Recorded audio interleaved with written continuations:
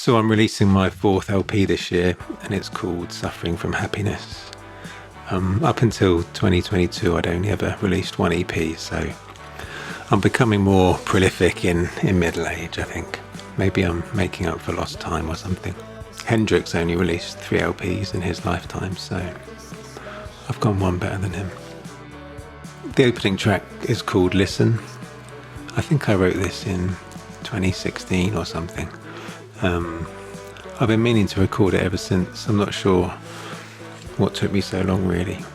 When I did the original demo several years ago, I created the drum track by stitching together some drum samples.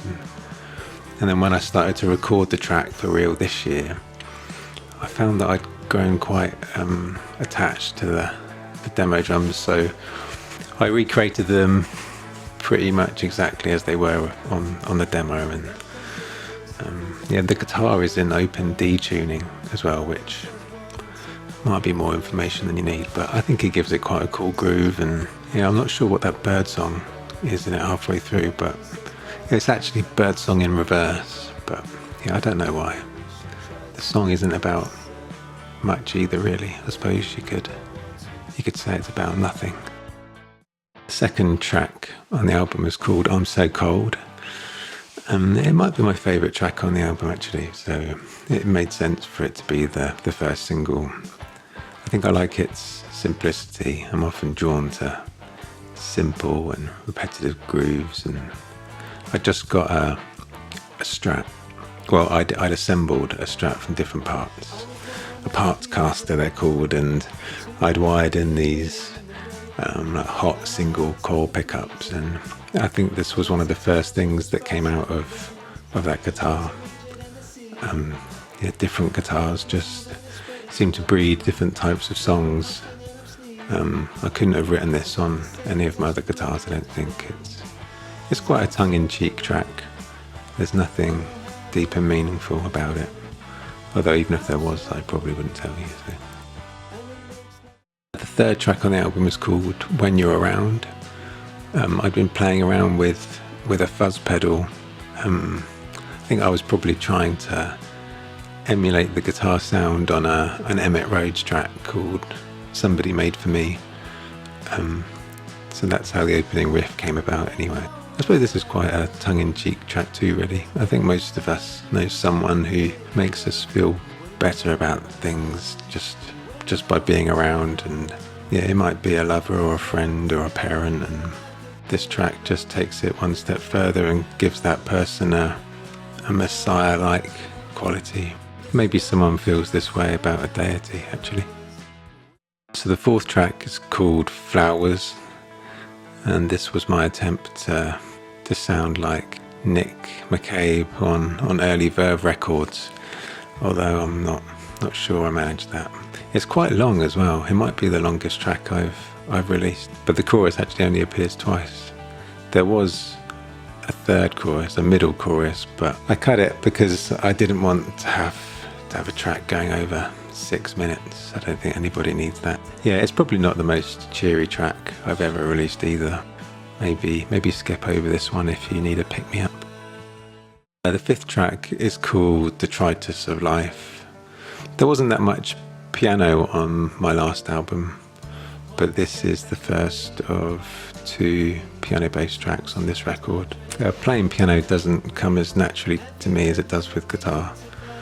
I'm not particularly proficient on guitar either, but I'm even less so on the piano. I quite like the added dimension it can give to my songwriting, and I think this track has some of my favourite lyrics on the album, actually. It's probably not going to be chosen for a newlywed's first dance, but that's okay. Track 6 is called Dance, and this is perhaps a bit of an outlier on the album. It's something a bit different. I don't know why, but I decided to play around with a synth emulator, which I hardly ever do, and I'm not sure I've really done it since, but I loaded up this synth sound, and pretty much the first thing I played was the riff you hear throughout the song. I just played 3 chords in quick succession just to see what the synth sounded like. And as I played it, I thought, that sounds alright. And then I built the track around that. There were no vocals either, so it took me all of 5 minutes to write. Track 7 is called Passing Time. I think this was the first track on the album that I recorded. I'd been plugging in and playing electric guitar a lot more than acoustic for a while. And I'd spent some time expanding my pedal board too, and just experimenting with using more gain in my sound, and that's probably all reflected in this track. I wouldn't say it's quite stoner rock, but it's not exactly a nursery rhyme either. Track 8 on the album is called Pampaniscus. I want this to be the biggest song there's ever been about the bonobo. Surely they're just the greatest creature on the planet. Certainly preferable to humans most of the time. I just felt like they deserved a song, really. I probably didn't envisage singing about altruism and the matriarchal social structures of great apes on this album, but I'm glad that I did. I'd recently got a rap pedal which can sound quite gnarly, and this was the first track that I recorded with it. I didn't want a solo in this track either, I just wanted it to rattle through with no break. I mean, despite being 2 minutes 40, it actually manages to feel a bit shorter than that.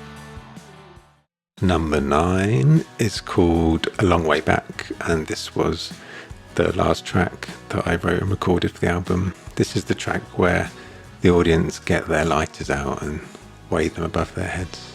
Or maybe it's all done with phone lights now. Anyway, what usually happens is I think I have the track listing for an album sorted, and then I write a late flurry of songs which squeeze themselves onto the album, and that's what happened here. The chorus came from nowhere when I was out having a walk, and I've layered a few different acoustic guitars onto it. I think there's a 12 string in there too. So track 10 is called Still Living Here, and this is another one featuring my rudimentary piano playing. It's also probably one of the most depressing songs I've ever written.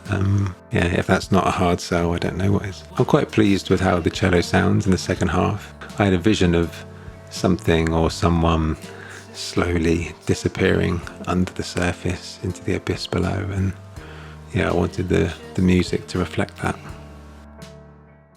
The penultimate track is called Sucker, and this was another late addition to the album. It's in the slightly angry turn up the game mold, along with a couple of other tracks, and it's about another slightly depressing topic, so I'm not even going to go into it.